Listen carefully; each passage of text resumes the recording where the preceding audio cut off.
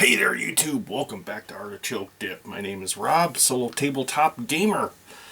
And in this episode we're going to get into 3 different game systems and, well, let's just get straight into what's going on. I mean, worldwide we know we have this just pandemic that's just devastating everywhere.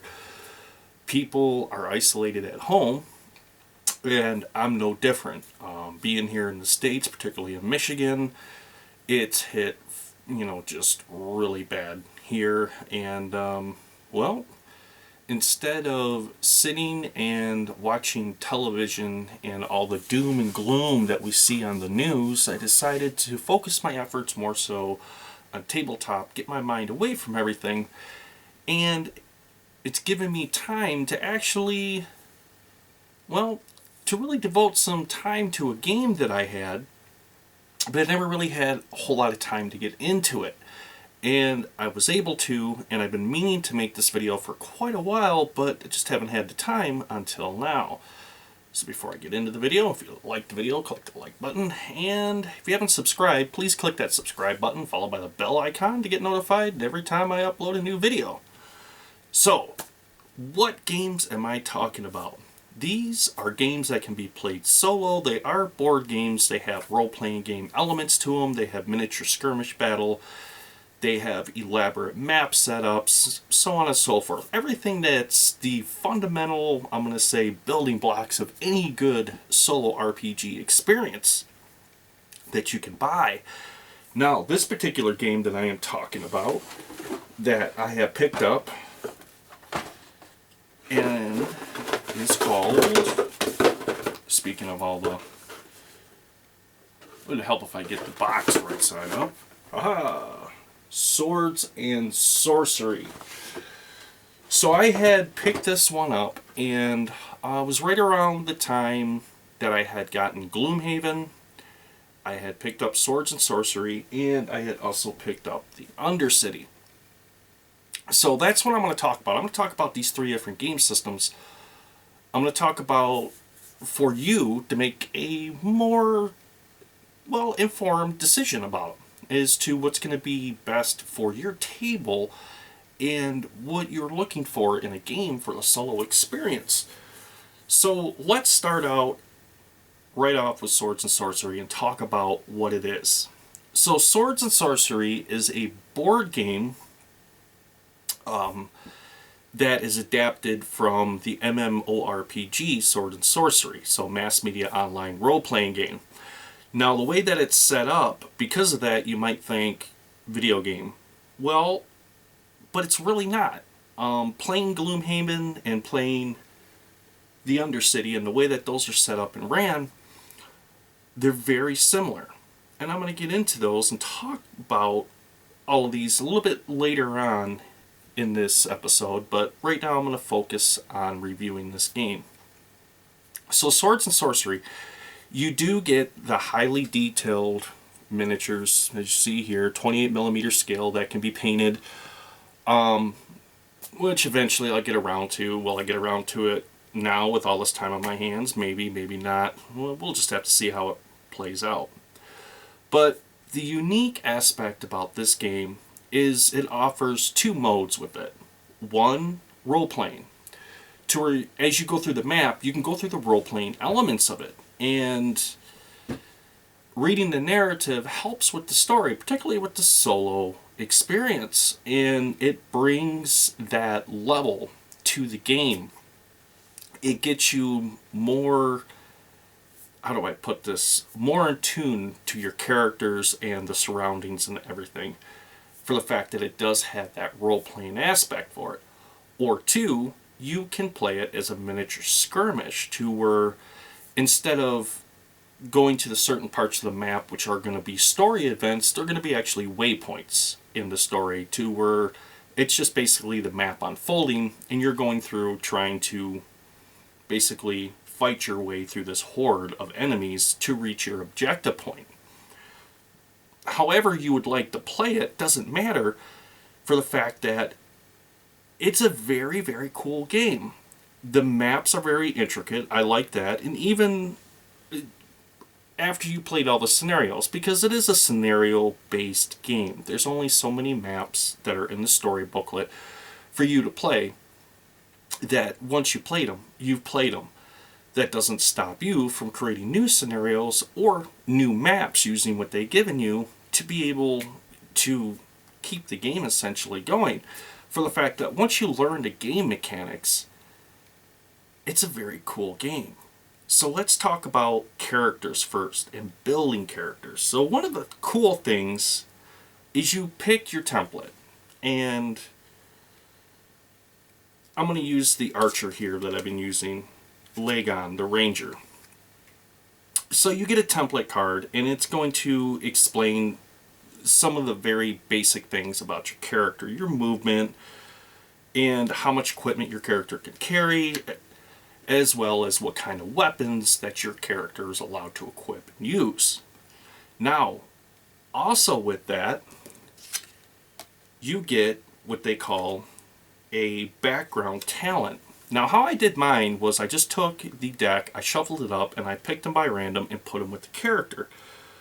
Now, the cool thing about it is they're all unique, and they make your characters unique. How the bonuses and or penalties work to adjust your initial stats to begin with. So with my ranger here, the card, the background talent that he has is he's a nobleman. So he, of course, loses 1 point to his health from the get-go. He loses 1 slot in his basically backpack to carry gear, which sounds bad, but at the beginning of each of my quests, I roll 4 blue die. And they give you these 10-sided die that have symbols on them to be used inside the game. More about that later. So, if I roll 4 of these, and for each one that there is a what they call a successful hit icon that looks like that, at that point I get plus 15 crowns or gold pieces, however you would like to look at that, to be able to buy better equipment and armor for my character for every single story waypoint in that quest. So you add that up, that's, if you have 3 story waypoints on your map, that's 45 gold coins, not including treasure that you may find along the way. So as you can see there, those deck of cards really do add extra into your character. It really helps make them unique. So every time you pull them out to play a new character, you can select a new background, and it alters it just enough to make it new every time you play it. That's cool. That is a very, very cool thing that I think was really, really well thought out for this particular game. And it heightens the experience for the solo, whether you're a role player, board gamer, whatever you play. It helps bring that sense of fulfillment, I guess I should say, when creating your character, where, you know, it's a template. You pull it out of the box, you get your mini, you get your card with your stats and all that on it. But this really, really does, particularly if you do it that way to where you just draw one out and you put it down without looking at it, adds more to it. So aside from that, as you start this game, you pick your character, you get your background, you get your starting equipment, and as you progress, you gain what they call soul gems, which are these. Now, not all enemies that you defeat will drop a soul gem, but some of them will. You can take those soul gems and they go into what they call a community pot. So depending on how many characters you're running, 2, 3, if you're going to run all of them in the story, it doesn't matter, however you want to do that, you can update, or upgrade I should say, their spirit wheel here, is what I call it.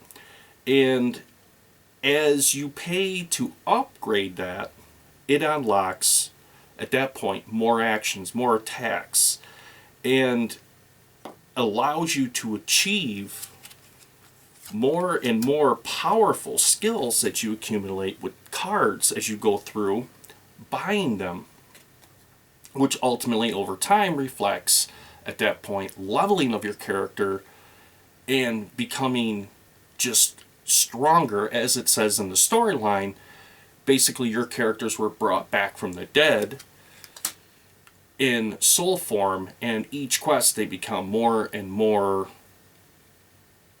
material, we'll say. I want to say material, like I don't know how you would want to put that. More and more alive just seems like the wrong word to use, but you know what I'm talking about. They become more part of this world, and as a result of that, they become physically stronger in it, reflecting that, and their skills build and they become more powerful, which is good. Because the thing about this game that I can admit, when it comes to the enemies, this game is very challenging for the fact that it knows how to kick you when you're down. Even playing it solo. If you were to play this cooperatively with a few people, the outcome would be the same because you have more enemies. But even solo, these enemies know how to kick you when you're down. And it does pose a very, very unique challenge. And I'll be honest with you, I have had a lot of fun with this map, playing this scenario. I first went through and played it in the role-playing mode to where at that point, 2 of my 3 characters died. So it was at that point I was down to my last health point with my sorceress and said, well, probably not going to survive too much longer, and retreated back to the starting point and pretty much called it a game at that point. The second game I decided to go through, but this time tried and the miniature skirmish, which I have to admit moved quicker, but man, the hordes of enemies that come at you are just brutal and makes it just a very, very, how can I put this, for the solo player, it's very satisfying. It really is. It's a very satisfying game, and I am quite surprised by that.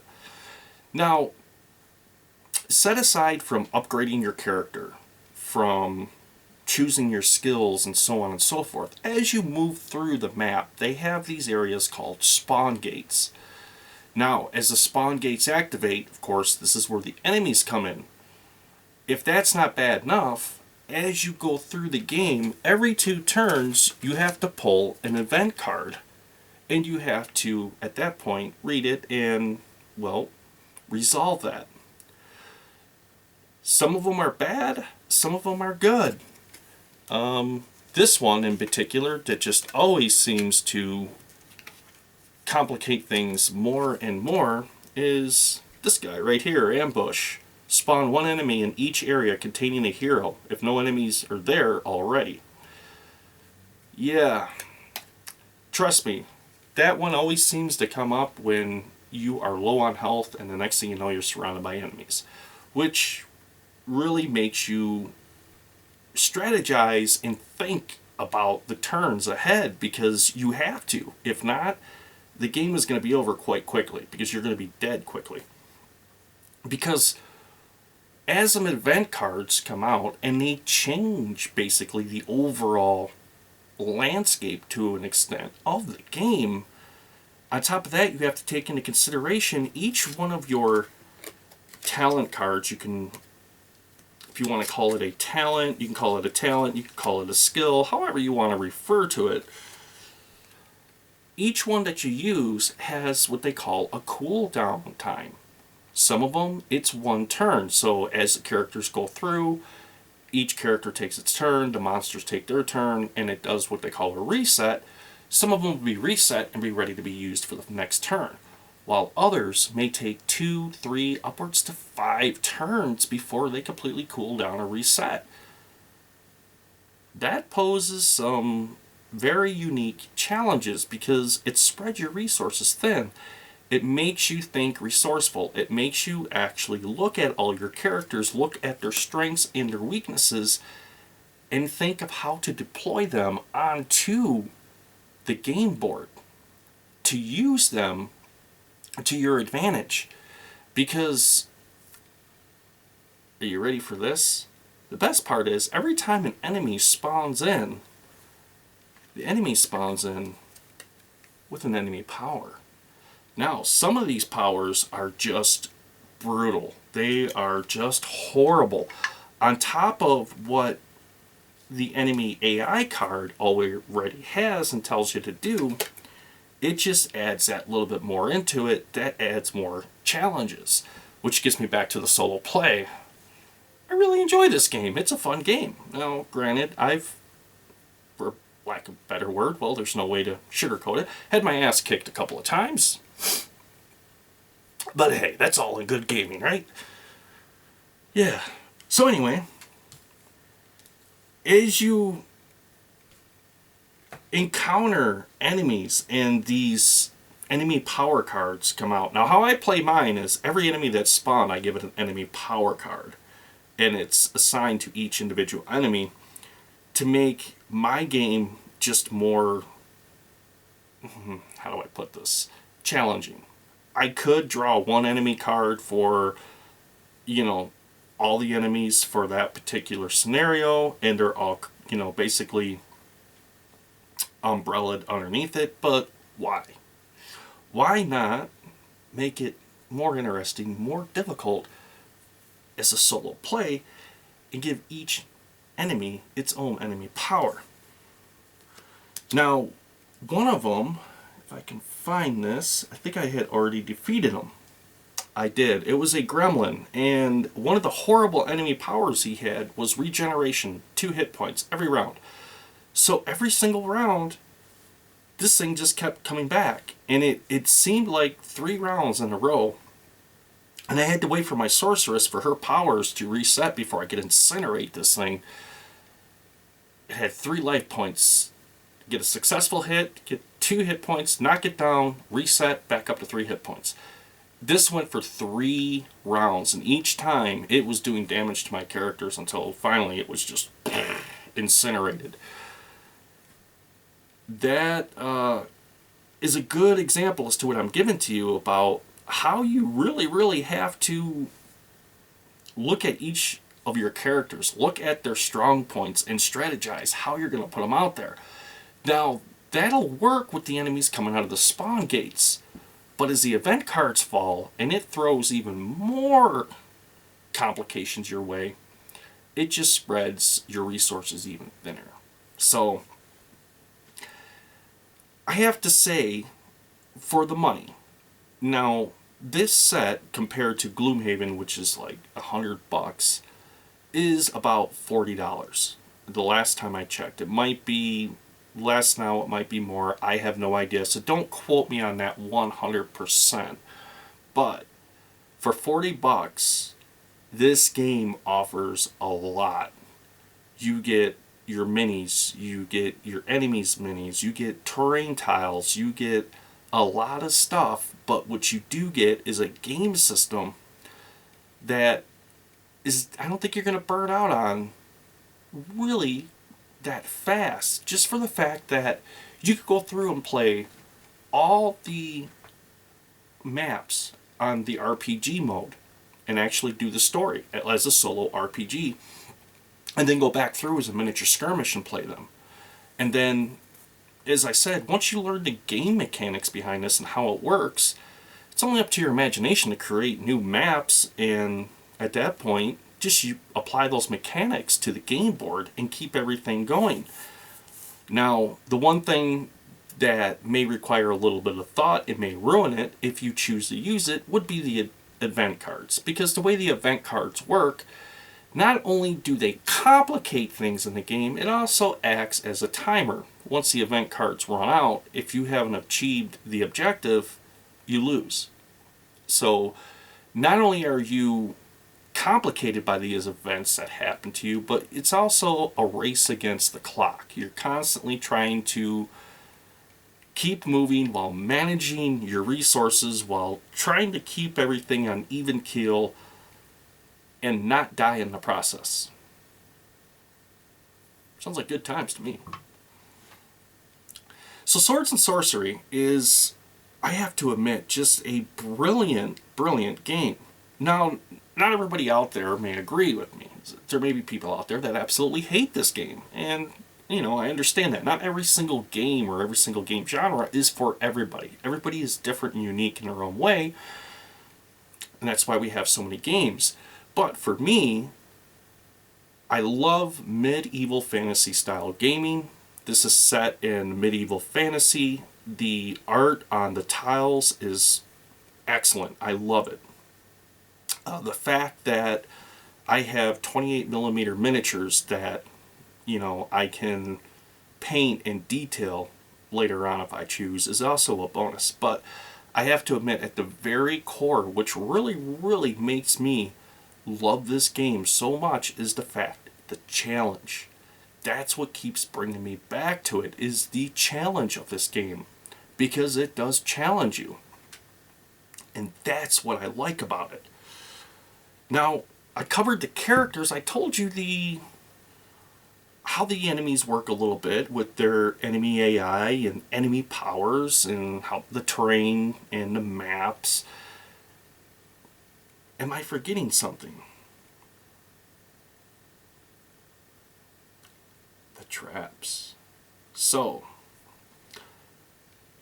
the unique mechanic about this game is it comes with these 3D doors, and they have little stand-ups that you put on the bottom of them at that point to put onto the game map. So you have doors like this, which are a locked door, and then you have a door like this, which is an open door, which you can go through. Anytime you go through a locked door, you have to spend an action, and I should talk about that to help you understand that a little bit if you've never played this. So on your character's turn, you are allowed one action. One action meaning you can use a talent of your choice off your cards to enhance your combat, whether you're casting a spell, whether you're at that point using a critical. So if your opponent has armor, they're just going to take that damage before the armor can even be applied. Whatever it's for. Or you can use that one action and open a locked door.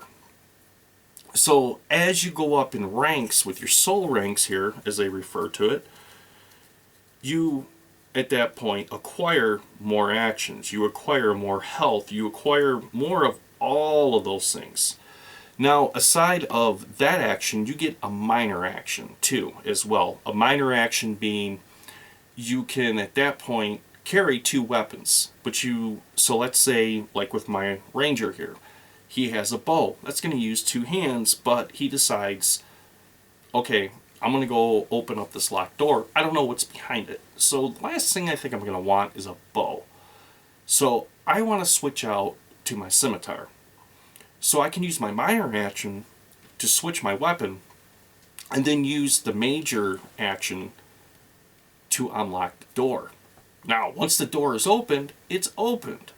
And the other characters don't have to worry, they have to go through. But here's the bad thing. Once the door is opened, at that point, you have to draw and resolve a trap card. Now, some of them can be just downright horrible, while others, not too bad. So then it's at that point, you have a saving throw. And you have to roll your dice, and each character has its own unique symbol, which is represented on the dice, that they have to roll in order to save. If not, you take points of damage. So, even the doors offer a little bit of unknown, as well as treasure chests, because also as you move through the maps, you encounter treasure chests as well. Just like a door, you have to spend an action to open up that treasure chest. When you do, at that point, you have to draw and resolve a trap card, and at that point, hopefully, the treasure is worth the work. Now, that puts Swords and Sorcery in a nutshell. To explain it to you what it is, it's It's a tabletop miniature skirmish game, yes, but it has a lot of role-playing aspects to it as well if you use it that way. Reading the dialogue that it gives to you in the storybook and making your decisions based off of there will move you through. Or if you just want to go through it and play it like a miniature skirmish battle, like the D&D tile sets, you can play it that way as well. And like I said, all for about $40, it is a really good value that'll keep you entertained for hours, days, if not months. And the replayability, well, like I said, that's up to you. You can go through all the maps on story mode or role-playing mode and then go back through it in skirmish mode, or once you learn the game mechanics, just create your own maps as you go, eliminating the event deck if you want to, just for the sake of playing the game, or incorporating the event deck. All entirely up to you. Now, how does this stack up against other games out there? And that's what I'm going to talk a little bit about right now. So the Undercity compared to Gloomhaven, which is this guy right here, which I played a lot of and I enjoyed it. I made a video about this, had fun painting these miniatures. Map 3 in here is my favorite, and I played it over and over, probably about 5 times in a row. And I just love the map setup. I love how the map sets up, how the encounters react on the board. It's very enjoyable for me. I love it. Now, like Swords and Sorcery, where what I enjoy about the AI is the fact how they break your encounters up into color codes, being green, red, and blue. Green being the, I guess you could say, the weakest of your encounters. Blue being somewhere in the middle. They're more powerful. Then you go into red, which are extremely dangerous and could potentially be quest-ending encounters at that point. That makes it very cool. It adds that dynamic into it that it needs. And the reason why I say that, when I was playing it in role-playing game mode, so in the skirmish mode, the most powerful gremlin, I'm going to say, I have met so far has been the blue. Green and blue just popping up sporadically. But in role-playing game mode, as it would have, they, as you read the dialogue, says that they had released this creature into the lower tunnels in which you are at that point investigating, and this red gremlin came out. And this thing came out and it had its creature power, and it was just rude. It just started out with 12 hit points right off the get-go. And my guys were already beat up pretty bad, so I knew the chances of defeating this thing were like not going to happen. But it added that moment of, into the scenario, and, you know, heightened the game experience. I loved it. I absolutely loved it. So you see that as well in the Undercity. The Undercity uses the same type of AI with the enemies on the board, depicting how, I'm not going to say depicting, maybe managing is a better word, of instead of having too many powerful enemies overrunning the board, you have a pretty good balanced mixture of both weak and stronger enemies. So at that point, you get a very balanced system to play through that keeps challenging you. Now, both of these game systems, what they have in common is they both have a story along with the maps that you can go through, you can play, and then once you play through them, well, there's not much more to see. You can play through them again, or like I said, you, after learning the game mechanics and how it works, just creating your own maps and going on from there. Considering it is a board game, I'm almost willing to bet, I haven't looked this up yet, but I'm almost willing to bet there's probably a lot of resources on Board Game Geek as well, with probably other people that have written scenarios and posted them there to where maps can be constructed and played out. Now, both of these games retail for about $40. depending on which part of the world you're watching this, whether it's a euro, a dollar, or whatever the currency is. And the cool thing about it is if you're into tabletop role-playing games, and I've stressed this from my earliest videos, when you play any tabletop role-playing game, solitaire, you have to have a good visual representation of what's going on. I know a lot of people enjoy theater of the mind, which, you know, when you're playing in a large group, that works. When you're playing solitaire, I know for me, it's difficult. I want a 3D representation that I can see. I can see where my characters are. I can see where the enemies are. I can see line of sight, how if the enemy's around the corner, I'm not going to be able to shoot him with a bow, but yet he's not going to be able to hit me with a ranged attack either. So all those things with these particular game systems really help with the solitaire gamer, for the fact that you do get the tiles and the minis, and you get all those things that you need to give you a really good, strong, at that point, visual representation of the game board for you to interact with. And the imagination part is left up to you. Now, both games are, I'm going to say, pretty similar as far as game mechanics go. And Swords and Sorcery is, well, more of medieval fantasy, whereas this is set more of a medieval steampunk type of genre from the Iron Kingdoms. Both are very cool, and oh man, it's hard for me to say I like one more so than the other, because the way that they both operate and how I enjoy going back to certain scenarios and playing them over and over again, I have to say I don't have one that I like more than the other. I have to say that the overall story behind it and the way that the characters develop is what really draws me into this game, really keeps my imagination captivated and wanted me to come back and play more. I see that more so with the Undercity. The Undercity is far more story orientated, really draws you in, gets you to know the characters, gets you to care about the characters, I'm going to say, for most part.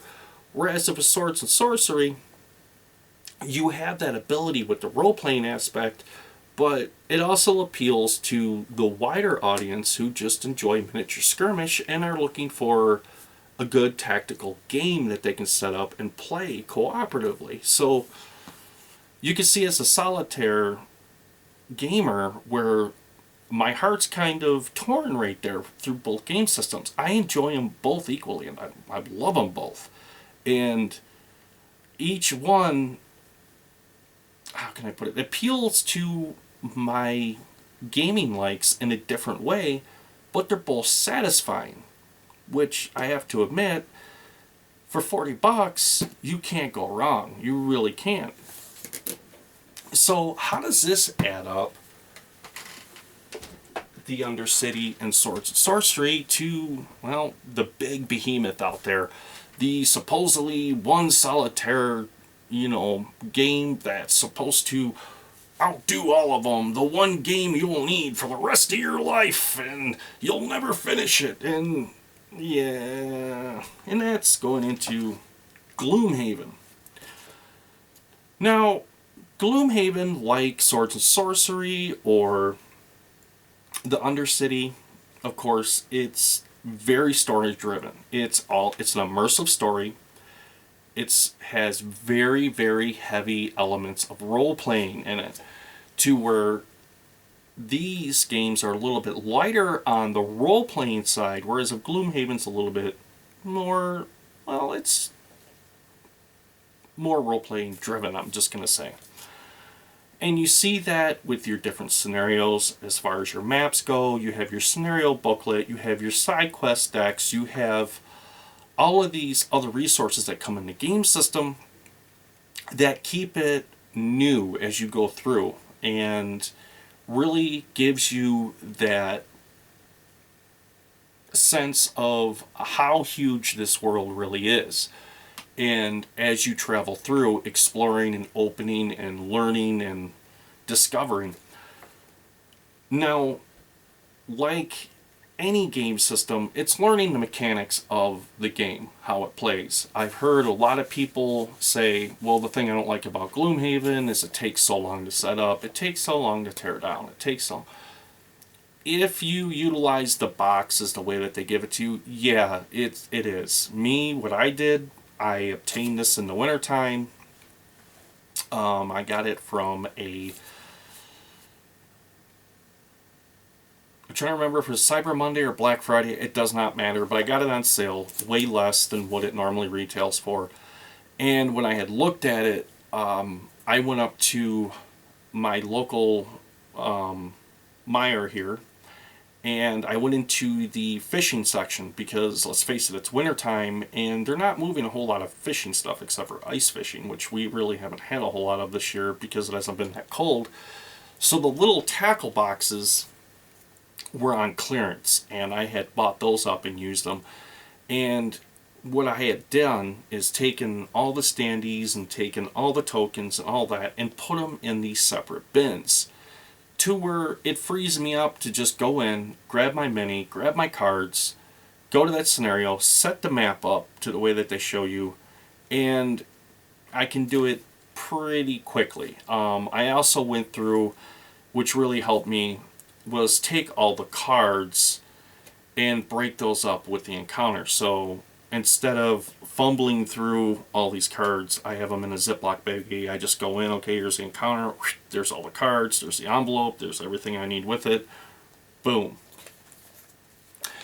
So that's the one thing I'm going to say right off the get-go about Gloomhaven. If you're considering Gloomhaven, you have to come up with a good way to keep everything organized, so that way you're not spending your precious time that you do have for gaming on setting up and tear down. You can focus on gaming and enjoying the game.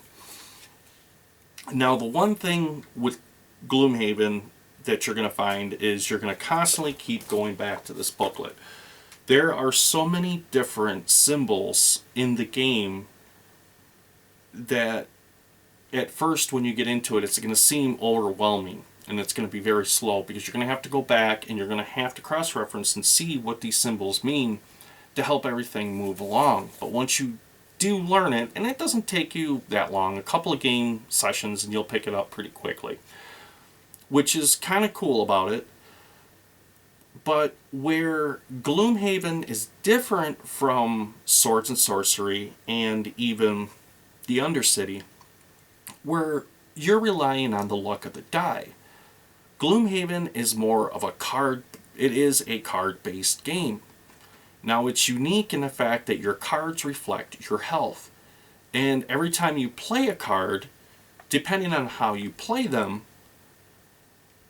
well, just like with these games, managing your resources, utilizing your characters to the best of their abilities, to be able to, at that point, get through the encounter and not die.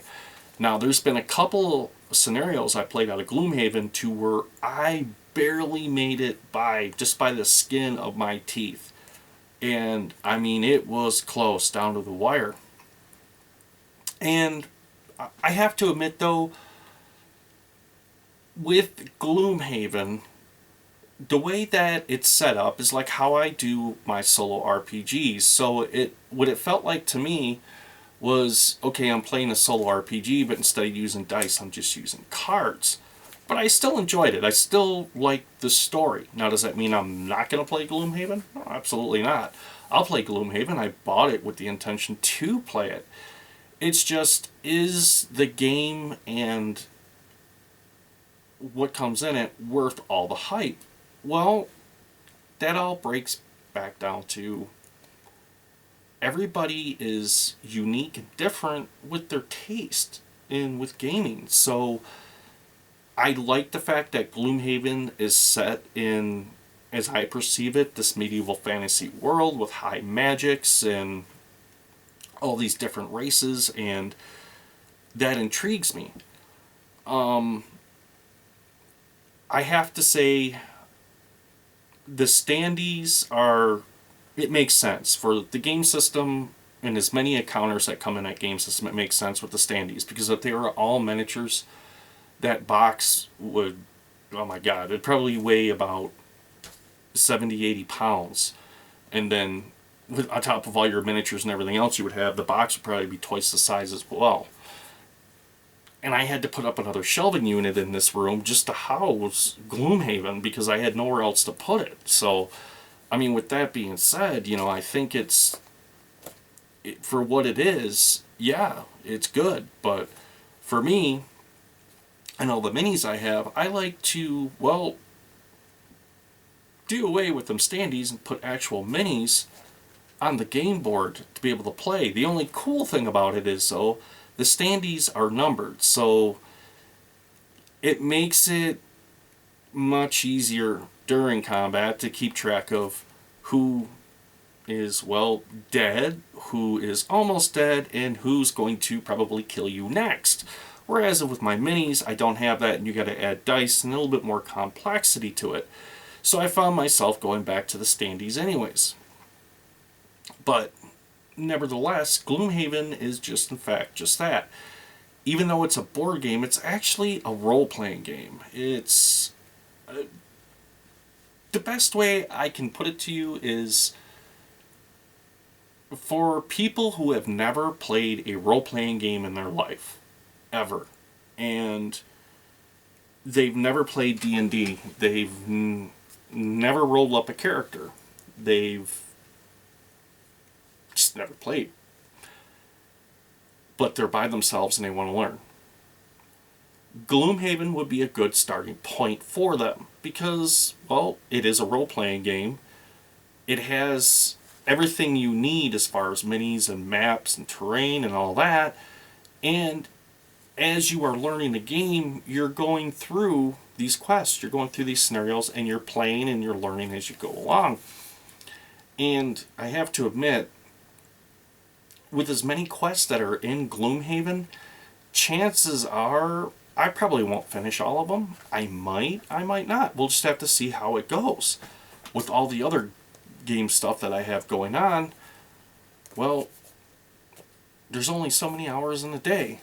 I have a lot more hours in a day now than I did before, which is how I was able to make this video and talk about swords and sorcery. So, with that all, into perspective for you guys, I hope this helps. I really do.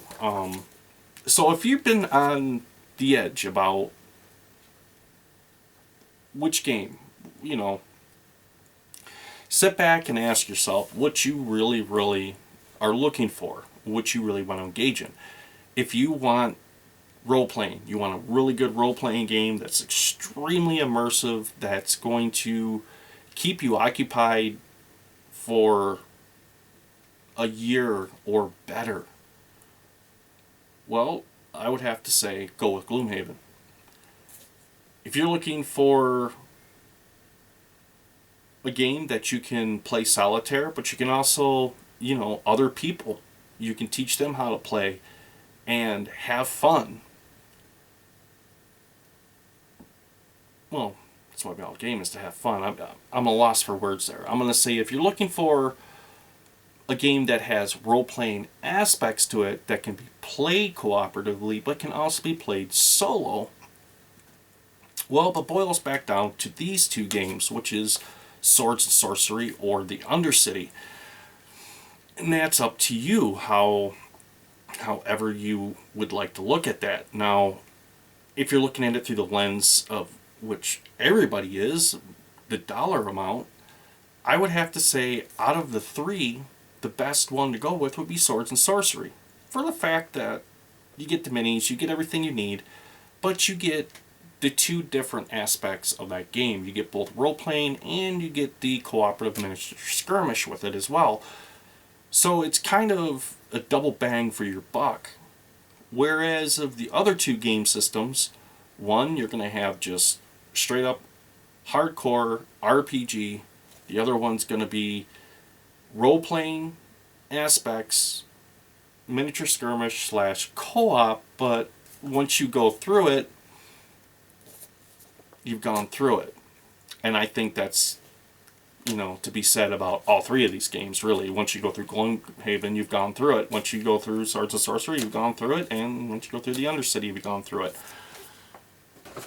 But what it all boils back down to, what it all of this boils back down to, is whether you're having fun with it or not. Nothing else matters. It really doesn't.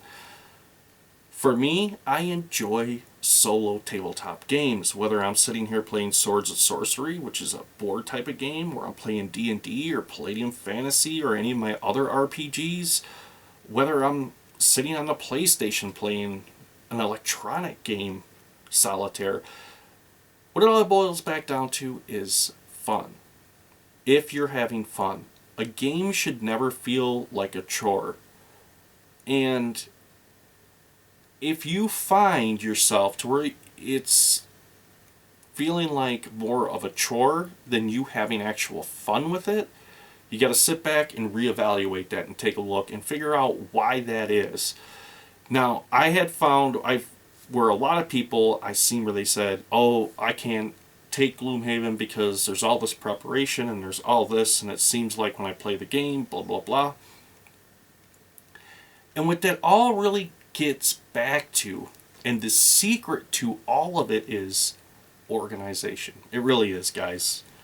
Anytime you play something Solitaire, any one of these board games, make sure you have a decent way to keep all the stuff organized. And what I mean about that is if you have a way to keep your cards organized over here, your character sheets organized, you can focus on the game.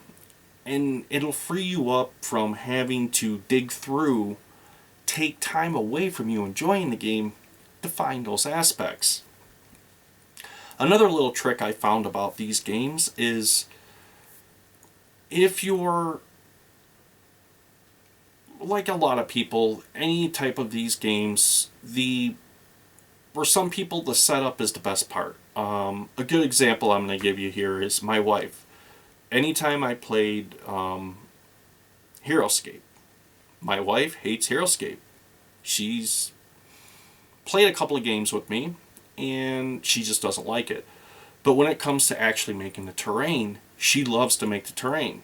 And there's been several battle maps that me and my friends have played together that my wife has made, and she just enjoys making them, but she wants nothing to do with the game.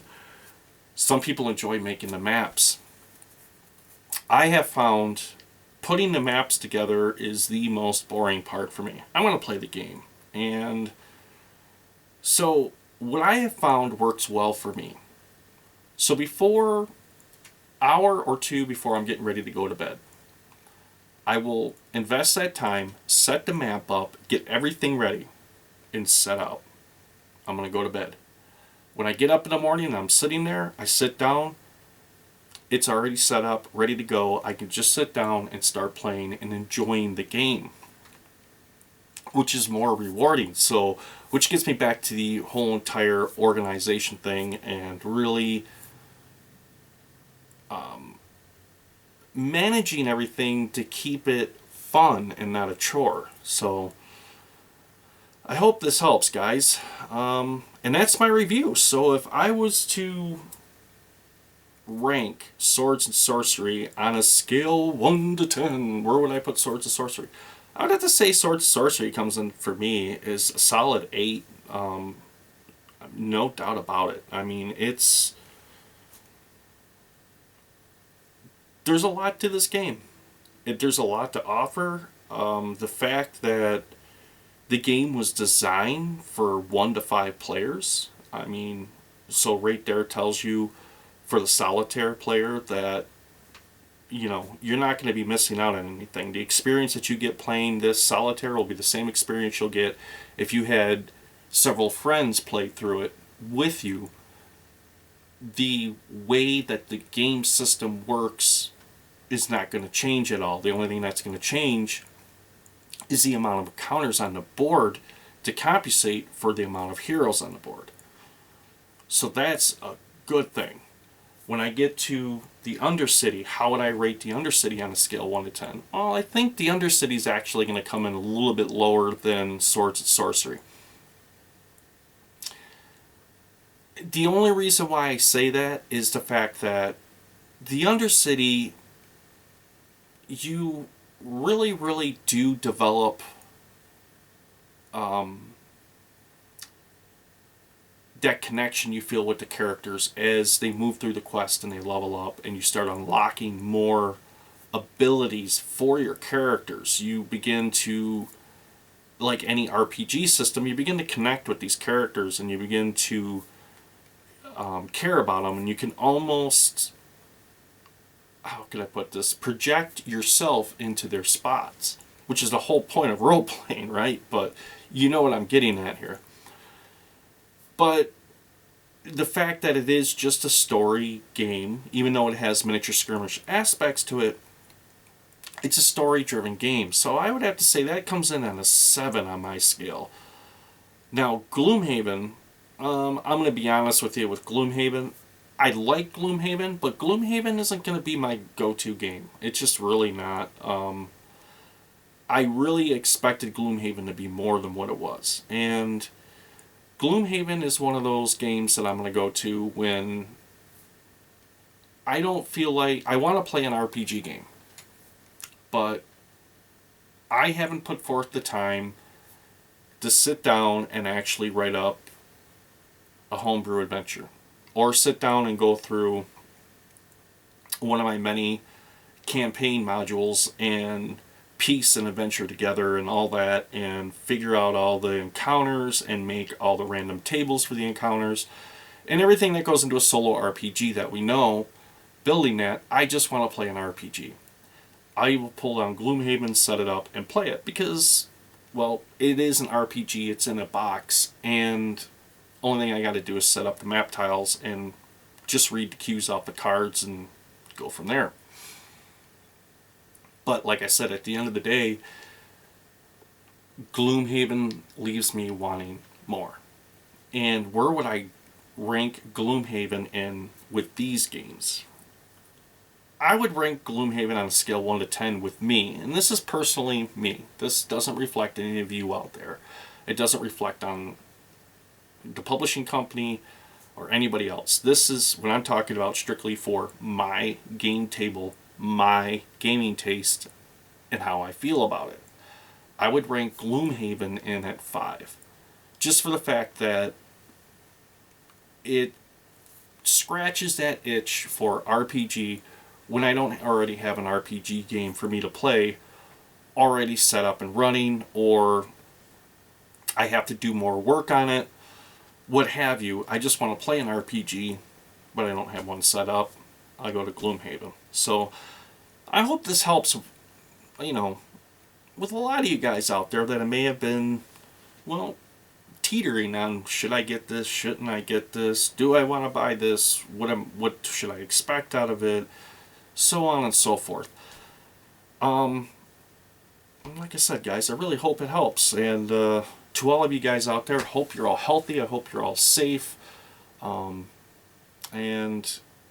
in these times right now, you know, one thing I can offer as a bit of advice is turn the TV off and game more. All right. With all that being said, I think that's where I'm going to end this video. Hope you guys have enjoyed it. If you liked the video, click the like button, or, as I said, click the subscribe button, followed by the bell icon, and every time I upload a video, you get notified that it's up. Alright guys, this is Artichoke Dip, signing off.